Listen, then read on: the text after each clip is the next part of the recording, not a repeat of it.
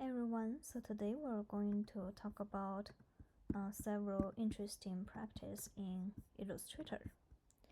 So first of all, let's talk about how you can create a book like this in a very fast way. So first of all, let's start with a rectangle and we'll add a color we want to use.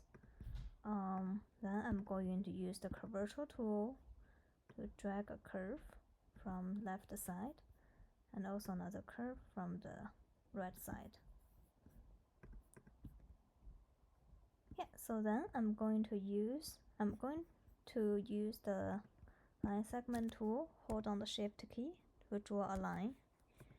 I want to copy several of it, option shift drag, command D, right? Just to make sure they're separate, the distance is separate evenly. So I'm going to change the color of the line, probably with light gray. Then I'm going to select all of them. I want to delete the line segment that come out, that is extend out the borders. So I select all of them and I go to the shape builder tool, hold on the option key so I can see the minus icon here. Hold on the option key and clean this side of the line segment. Hold on the option key to delete this part of the line segment, right? So in this way I can make sure all of the lines are kept inside this shape. Then I'm going to select all of them, command G to group it, and just make sure you have grouped them. Then I'm going to effect, I'm going to 3D and materials, and I'm going to extrude and bevel. I'm going to change the depth. And you can see when I drag the sidebar, I got a book. I got a book here, right? You can also twist it, right, and taper, right? Always try those interesting options.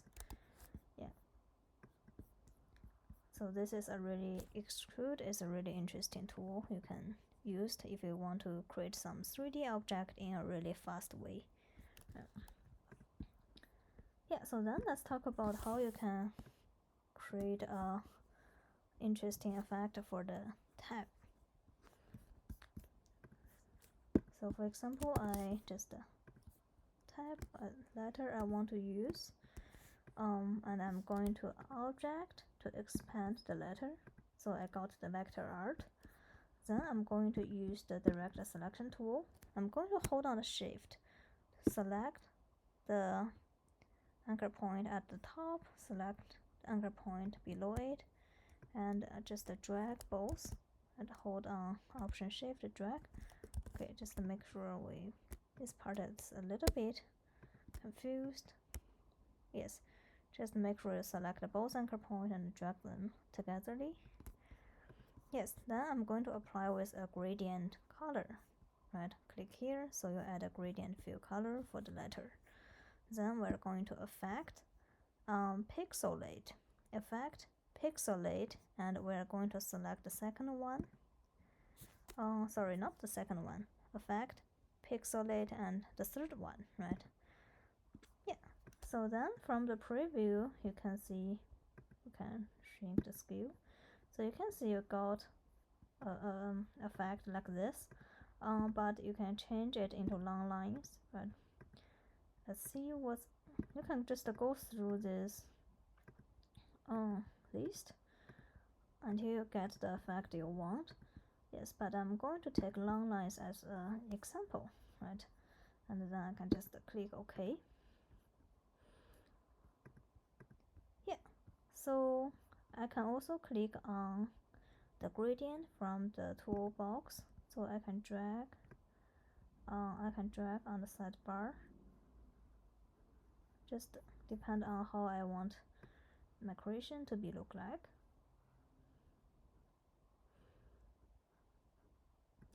So I really like this result, so I just keep this one. So then I will pick an image. So make sure the image is behind the letter, right? So if not, you can right click, arrange, and send it to back. So just make sure the image is at the behind of the letter. Yeah, so I can select both of them, and we are going to find the appearance from the right toolbox. But so if you cannot find here, you can go to the windows and find the appearance from the windows. So they are the same thing. Yeah, I'm going to click on the opacity, and I'm going to make mask from the opacity. Yeah, so you can see now it doesn't look really quite right, but we're going to check on this box, invert mask. Right, so now it goes into opposite way, so it looks really nice, right? Yeah, so actually you can try this with different photos, with different letters, right? You can always go to effect, pixelate, and you can try all those options. It can make some really interesting creations on your letters. Yeah, the next practice we'll talk about is the boba effect, right? So you can see when I play this, the boba is give me a really interesting result. I can just like they are sticking together, right, and make them separate from each other. Yeah. So I'm going to start with a circle, with two circles with different size. Okay, so I'm going to make sure I don't apply with the outline. Yeah, just place them like that. Select both of them, right click, go to make compound path, right? So they are together, right? Make compound path. So then I'm going to effect, I'm going to path, and I'm going to do the offset path. So I'm going to enter a number that make two circles attached with each other. For example, now it's not attached, right? There's a distance here, 0. If I change it into 0.2, okay, they're still not attached, 0.3. Okay, so now you can see they are attached with each other. So I'm going to keep the number, but I'm going to change the join into round, right? Then click OK. Then go back to select them. We're going to repeat again, effect, path, offset path. So this time apply new effect. So what happened now is I want to make them to be separate from each other. So I'm going to go with the negative 0.1 to see what happened. You can see now they are about to separating, right? But it's not really enough. Negative 0.2. Okay, but I do not want them to have a distance, right? So I want them to be attached. I want them to be attached a little. So negative 0.15.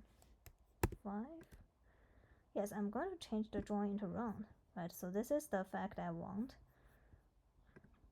So give them a distance, but they're still connected with the section here. So actually, 0.2. Okay, so yeah. So when we get the effect like this, we can just hit OK, right? Yeah, so now if I double click, select one of the circle here, do it again, double click,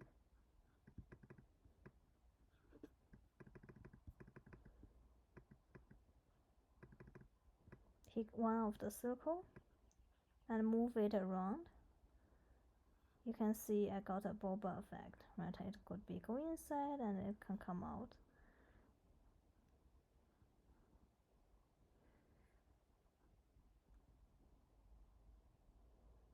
Right. Yes, and you can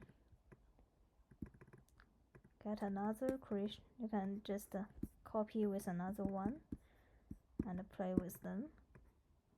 Right, double click, select one of them and play with the effect. This is a really playful, interactive results. Right.